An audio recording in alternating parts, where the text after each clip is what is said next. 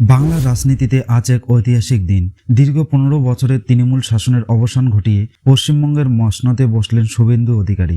আজ brigade parade গ্রাউন্ডে প্রধানমন্ত্রী নরেন্দ্র মোদী ও অমিত শাহর উপস্থিতিতে এক রাজকীয় অনুষ্ঠানে নবমতম মুখ্যমন্ত্রী হিসেবে শপথ নিলেন শুভেন্দু অধিকারী। এবারের বিধানসভা নির্বাচনে 294টি আসনের মধ্যে বিজেপি 260টি আসন অর্জন করেন।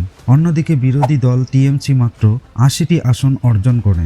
সবচেয়ে বড় চমক ছিল ভবানীপুর কেন্দ্রে 15,105টি ভোটে শুভেন্দু অধিকারীর কাছে পরাজিত হয়েছেন প্রাক্তন মুখ্যমন্ত্রী মমতা বন্দ্যোপাধ্যায়। 1995 সালে কংগ্রেসের কাউন্সিলর হিসেবে যাত্রা শুরু করে নন্দীগ্রাম আন্দোলনে অন্যতম মুখ হয়ে ওঠা শুভেন্দু অধিকারী 2007 থেকে 2014 পর্যন্ত তমলুক থেকে তৃণমূলের সাংসদ, 2016 সালে নন্দীগ্রামের বিধায়ক, মমতার দ্বিতীয় মন্ত্রিসভা পরিবহন, সেচ, জলসম্পদ উন্নয়ন দপ্তরের মন্ত্রী।